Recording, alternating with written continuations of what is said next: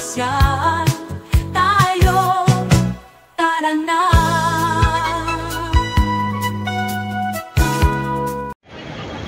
Guys, good morning at welcome sa Pasyal Tayo. We are here in Macau at samahan niyo akong i-explore ang napakagandang bansa na ito. Let's go! After our travel to Sai Kung, we will now head to the mainland. As I said from my previous episode, it will take us more than an hour to reach the mainland from Sai Kung. This bus will take us to the metro station 21.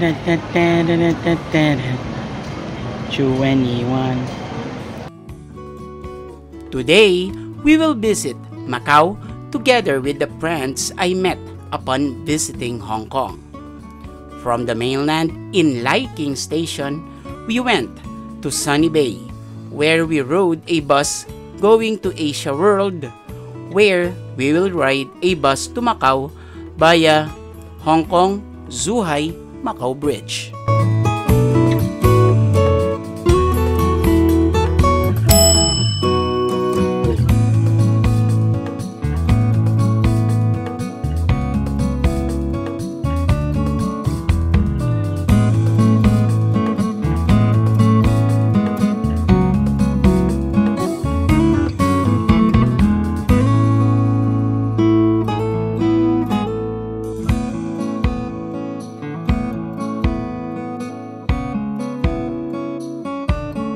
So, nandito tayo ngayon sa Asia World.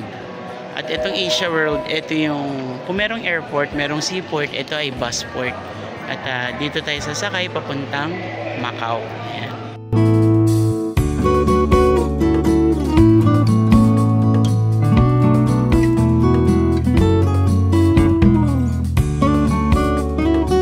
Nagpunta tayo sa immigration. So, tinatakan din ang passport natin. Actually, hindi tinatakan. Wala na silang tatak-tatak dito sa Hong Kong exit.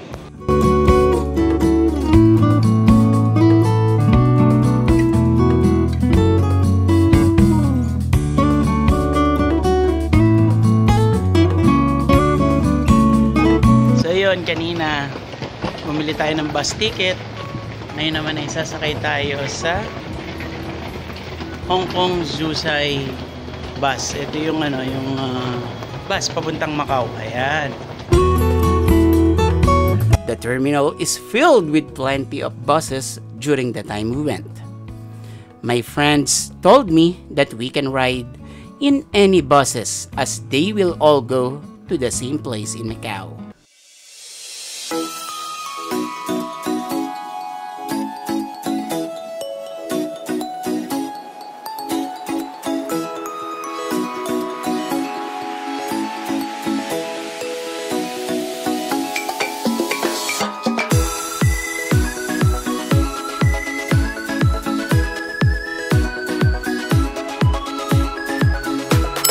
This is the Hong Kong Zhuhai Macau Bridge, a 55-kilometer bridge tunnel system which consists of 3 cable-stayed bridges, undersea tunnel, and 4 artificial islands.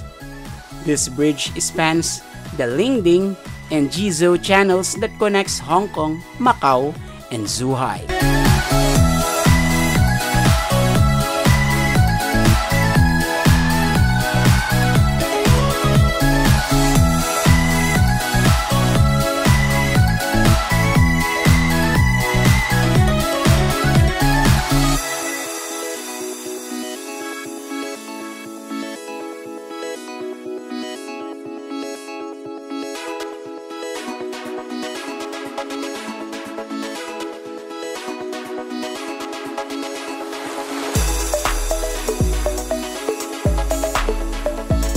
So after around an hour, narating na rin natin ang Macau.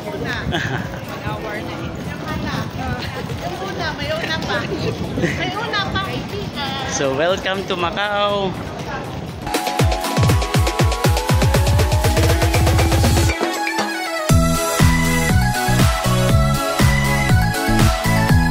So nandito tayo sa arrival hall ng Macau. Ayan. Welcome to Macau.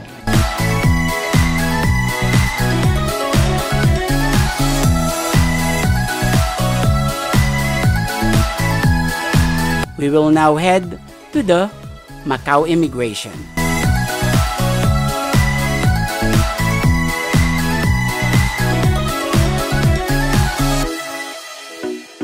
It doesn't take long till we were all out. And at eto na, welcome to Macau.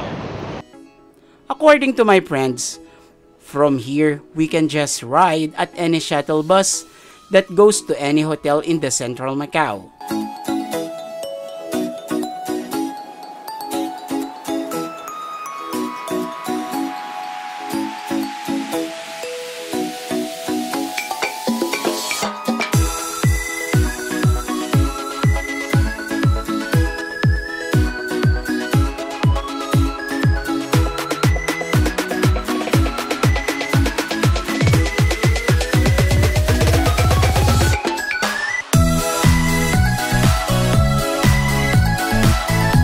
These hotel shuttles is mostly free, and in no time, we reach the Grand Lisboa in Macau.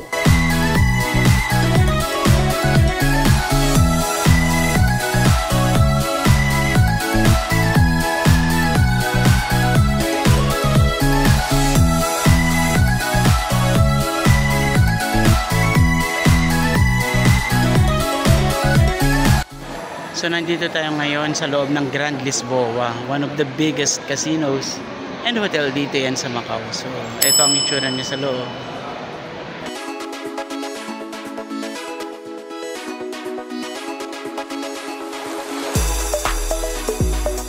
While walking around, you will see that Macau is different than Hong Kong, especially in the buildings and architecture, because Macau has a long history of Portuguese administration from the year 1559 to the year 1999, which also influenced the two main languages in this country, Portuguese and Chinese, plus English.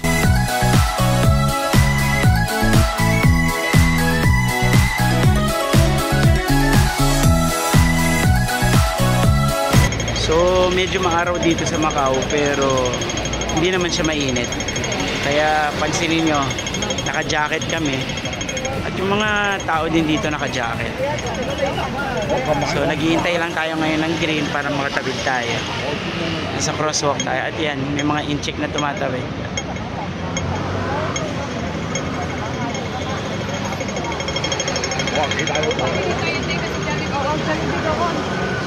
So now we will go to Jollibee Macau. Yan, naglalakad tayo.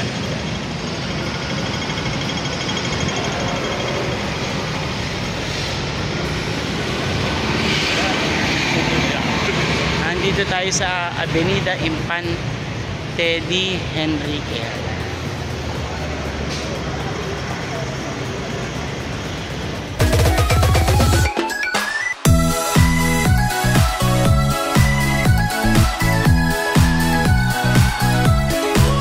Lunchtime soon came and we went to a Filipino favorite.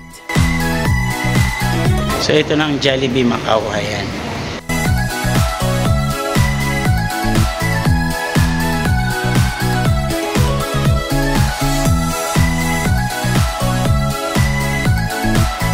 Afterwards, we continue our stroll around Macau. So we're still walking here at Macau. So ayan, nakikita ninyo ang Macau. Napakaganda ngayong Christmas. We filmed this during November, and this is what it looks like.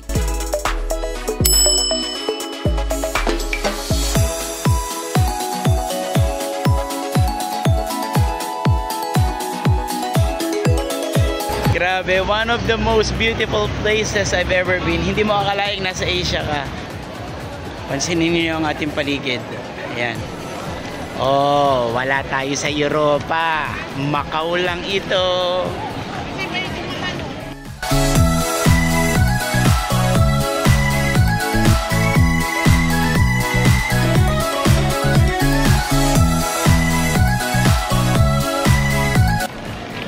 Grabe guys, ang ganda ng Macau. Parmasya popular, so popular pharmacy. So naglalakad-lakad tayo. Ayan, dito sa Macau. Ibang itsura niya. Isipin mo nasa Europa ka, hindi mo isipin nasa Asia ka. Ayan. This is Macau.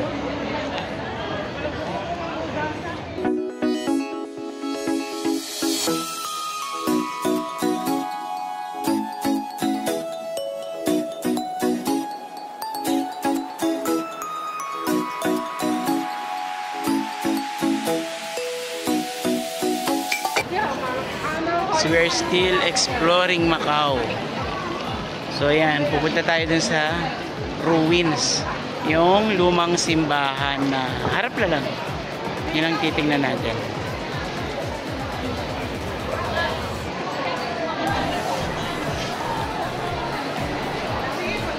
Grabe guys, kung makikita ninyo, ibang-iba ang Macau. Hindi lamang siya lechong Macau. Ito yung egg tart. Thank you.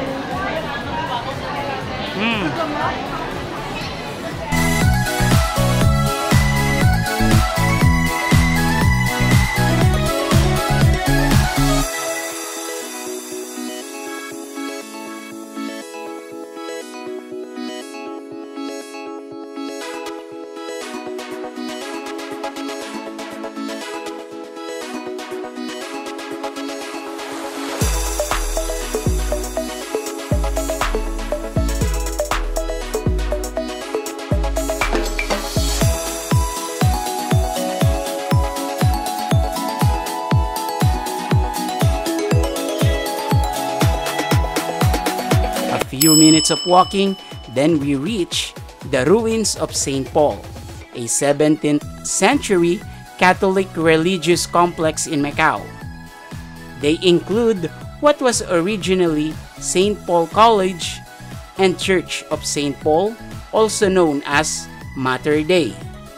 It is one of Macau's popular landmark and one of the 7 wonders of Portuguese origins in the world, and listed as part of Historic Center of Macau, a UNESCO World Heritage Site. So akyatin natin ang The Ruins. Ayan. Taas nga lang talaga. Pero nako-curious kasi kung ano nasa likod ng butas nitong The Ruins.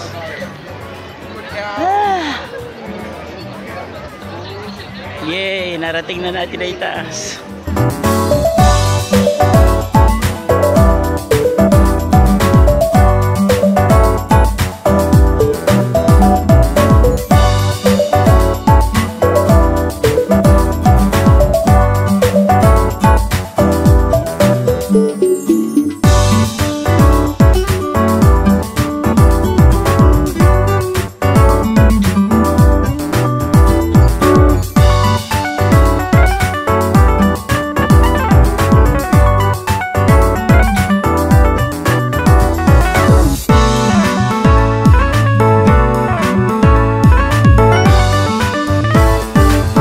After this, we went back to the central of Macau to enjoy the breeze and the lights of the casinos.